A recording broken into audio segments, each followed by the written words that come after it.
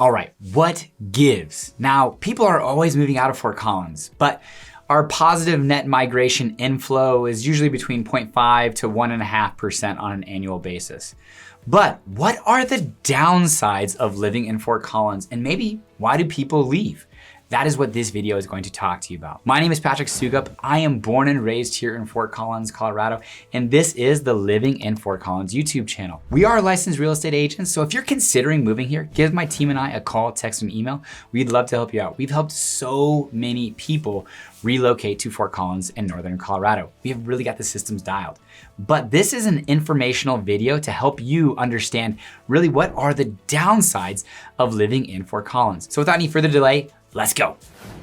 Number one, now after really talking to a lot of these families who have moved here from Houston, from Boston, California, Florida, Indiana, parts of, all over the country and world, kind of a common denominator is our food options and or the lack thereof. We do have a Michelin rated and Chimney Park in Windsor, Colorado, so not too far away, but generally speaking, there's not a lot of great options for Indian, Thai, Mexican cuisine, or if you really want to go balls out for an amazing dinner to have a great date, there's not a lot of great options for that. And from people like big cities in Chicago and Houston, that is definitely one thing that they miss having moved to Fort Collins in Northern Colorado is the lack of great food options. Now, there are some awesome restaurants, the Little on Mountain, phenomenal Bistro Natil, great chefs there, and really there are good options, just not a ton of them or readily available. Number two, the commuting or lack of public transportation. No subway. We do have the Max Transit that's gonna go up and down the Mason corridor, but it's not necessarily super convenient or on time, reliable, and then the transport throughout Fort Collins is not great. Now, Ubers are absolutely around and available. You can order an Uber early morning, get to work. So people are able to live with a one car household if it's a couple, a family, of course an individual, but they can absolutely make do with one car. I think it would be pretty difficult, but the public transportation and commuting is definitely something that Fort Collins is sprawled out. I'm about 7 miles from my house to downtown Fort Collins, about a half-hour bike ride, platinum rated by community, gonna throw that in there. But I do drive my truck every day, 7 miles to and from, and it's about a 15 to 20 minute drive depending on traffic that day. Now there isn't a ton of traffic in Fort Collins depending on who you talk to. If you talk to a local who's been here for 20, 30, 40, 60 plus years, they're gonna say the traffic is awful.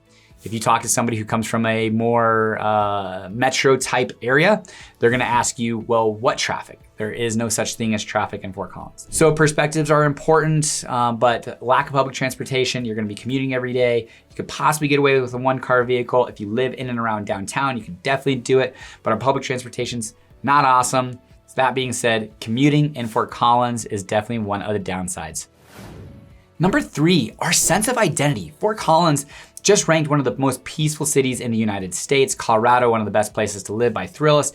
So we continue to get these great accolades and people want to move here. It's usually on people's top lists of places to move. And with that, we have a population increase. Not too long ago in the 90s, we were at 100,000 people. Now we're closer to 180,000 people, projected to get to 250,000 people within the next 30 or so years. And we've got some growing pains. We are not necessarily a small town, but not a big city. We need density and affordable housing, but people who have been here for a long time are used to kind of the Mayberry that was Fort Collins. So we have this identity issue that I would say there's kind of two sides of the table. Overall, people get along, enjoy each other, really are friendly and want Fort Collins to be great. But their idea of how to be great might be a little bit different. So one of the downsides is we are going through growing pains as a city, as a Northern Colorado area, and our population's increasing. And how do we maintain this safe, clean, friendly feeling community while allowing for the growth that is seemingly inevitable? Number four, jobs. Well, really the lack of high paying jobs. One individual suggested that the type of accounting job that that person would have to have would not be able to be here. And if it was here, it'd be at a fraction of the pay that they were getting in a different community. And not only that, if you lost your job, yes, you come here, you move here, you have a remote work, and if you lost your job, you can absolutely go find other remote work. But if you were looking to pour into the community, there was one individual, worked for LinkedIn, and wanted to be a part of the community, maybe work for the university at Colorado State University, but would be taking a massive pay cut to do so. So Fort Collins needs to be able to retain talent by providing high-paying jobs for the graduates that are CSU, CU Boulder, Denver University that want to stay in and around Colorado, but maybe not necessarily can due to one, the cost of housing is high, and the amount of high-paying jobs locally isn't necessarily there. So either A, you gotta be entrepreneurial, start your own business, have a high-paying professional job, medical, lawyer, CPA, things of that nature. But if you are in the middle management type area or kind of more on a employee of a service type based company, the ability to pay you those high wages just isn't really necessarily there.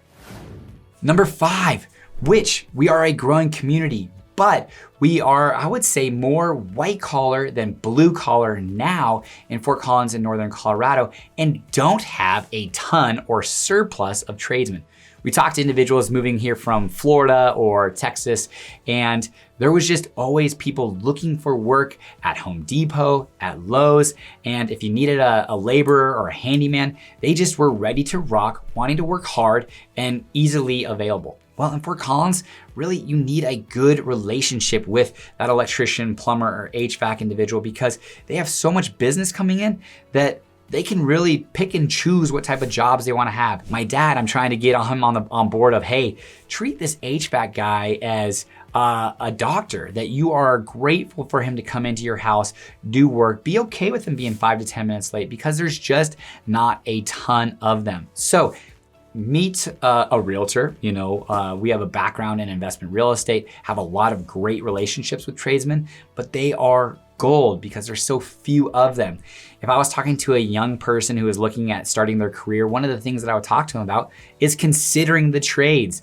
I had a neighbor who went through high school, knew that college wasn't for him, got into plumbing, and now is a journeyman plumber, owns his own house, works very hard, no student debt, a great income and continuing to rise. Yeah, sure. It's labor. It's heavy labors. You're working with your hands, long hours, but I ain't gonna take that job right now at least. So high paying jobs in Fort Collins is one thing that we are lacking, but we are also lacking tradesmen. So plumbing, electrician, HVAC, handyman, contractors, definitely something that we need more of here in Northern Colorado. Number 6, diversity. I married a Black woman. She's beautiful, gorgeous, but she herself considered leaving Fort Collins when she was in her early 20s because she thought about raising a family that would be half white, half Black in a community that is majority 85 to 88% white, and thought that, hey, I want my daughter to be around school that had other girls with curly hair or other boys with curly hair, Asian, Mexican, Black, Indian.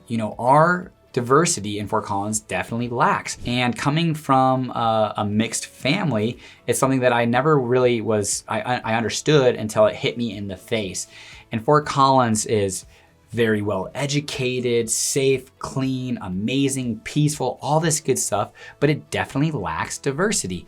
And I would say with the world going the way that it is, we'll see diversity happen just by, time and the ability for people to interrace, all that good stuff. So over time, I think it'll spread out a little bit, but remain probably predominantly white just because it's so heavily white currently. But something that we lack is diversity, and along with it, the amazing cultures, cuisines that they bring with them. Number 7, we don't have the big pro teams, the symphonies, the huge art museums that you can just kind of go out on a Saturday afternoon and explore a wonderful museum. Now we do have Denver just an hour south of Fort Collins, so you can go to the Denver Children's Museum, the zoo, symphonies, all 5 big professional sports teams, and get your scratch itched. And it's not too far away. But Fort Collins definitely doesn't necessarily have that. We do have amazing music venues, arts, culture, downtown. It's vibrant. Washington's, the Aggie Theater, the Armory, and then we got Red Rocks, an hour and a half south near Golden. So we do have it close, but not necessarily within the Fort Collins boundaries. Now 8, these next ones, I kind of combined all into one because they're kind of joking, kind of fun, but it's something to take into consideration if either you don't like that or you need to take it into consideration. Well, all right, number 8.1, there's dogs everywhere. So if you don't like dogs, they're probably gonna be on patios, in stores, restaurants, they are all over the place. Fort Collins is a very dog-friendly community. 8.2, there's no beach. You better love the mountains. And if you need and want the beach and live on the beach, you're gonna have to take trips. Fortunately, we've got DIA pretty close by to take you to California, Texas, Florida, wherever that might be. But we definitely don't have the beach, but we do have plenty of mountains. 8.3, we are the microbrew capital of the world, in my opinion. And if you're gonna go to lunch, it's very likely that somebody's gonna have a beer and want you to have a beer with them. They're not gonna force you to have it, but you might feel over time the desire to have a beer, a New Belgium, Odell's, Coopersmith's, all of the different microbrewers here in Fort Collins, Northern Colorado. The culture is definitely a beer scene. People enjoy a good beer at lunch, and you might find yourself having to have a beer at lunch. Now with 300 days of sun, being high altitude, you absolutely have to wear sunscreen, something that I need to do better of. I've got a bald head, so I make sure I wear my ball cap and keep my face covered, but my nose is exposed, the back of my head, the tops of my ears. I need to do better about wearing sunscreen. It's just not part of my habit and routine. I'm getting into my mid 30s. I need to make sure that my skin is well taken care of. But even those who are very well protected, stay indoors, it would be something to consider wearing sunscreen on a daily basis. And speaking about the high altitude, the shortness of breath is real. People coming from sea level, it's gonna take you a while to get adjusted to a higher altitude. And the shortness of breath walking upstairs, or maybe even a little bit of a headache if you don't get in and you start guzzling water, the dehydration and the altitude could cause a little bit of a headache. Now, over time, you will get used to it, but it could take time. We worked with a client who moved from Chicago who absolutely wanted to buy a ranch style house because they did not want to go up the stairs, because each time they did, they had a little bit shortness of breath. 8.6, we are a laid back community. Now, this is what I wore to work today. I wasn't necessarily showing property, but it is jeans, a nice jacket, and pretty laid back. Overall, if you are a professional accountant or CPA or client facing and it's a traditional type of dress that you're expecting to wear a suit and tie, there's not a ton of that in Fort Collins. And when you go out on Friday nights, yeah, sure, you can dress up, but most people dress down. Flannels, jeans, nice pair of shoes. Now that's not to say that it's inexpensive.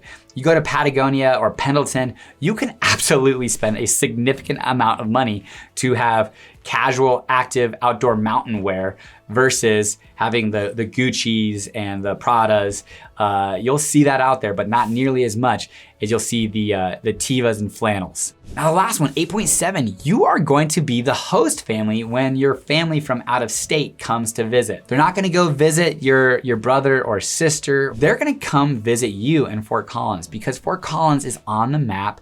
People want to come here. Generally, people who live here want to show them their wonderful city, take them out on bike rides, hiking, tubing, whatever that might be. They want to be the place where a family comes to visit and stick around. Make sure the space is comfortable, but not too comfortable, because you want them to be there, but not live there. So you are going to be the place where family and friends find themselves coming and wanting to come and visit. Whew. All right, now that number 8 was definitely kind of in some fun. Those are generally things that aren't too bad, but definitely something to take into consideration. The first 7 are real. And like I said, people are moving out of Fort Collins every day. There's just more people moving into Fort Collins, and each person has their own reason why, what they experience, what the friendliness level is of Fort Collins. Some people all people are friendly in Fort Collins. Some people had a bad experience. Somebody at the grocery store that just wasn't being, had a good day and was mean. So each person's gonna have their own individual experience, and I hope though that this video discusses some of the things that you should consider prior to making these big life decisions. And if you have any questions, feel free to give me an email or comment below. But we work with families, individuals, couples every day moving to and around the Northern Colorado area. So if that's you, give us a call, text, or email. Now, until the next video, take care.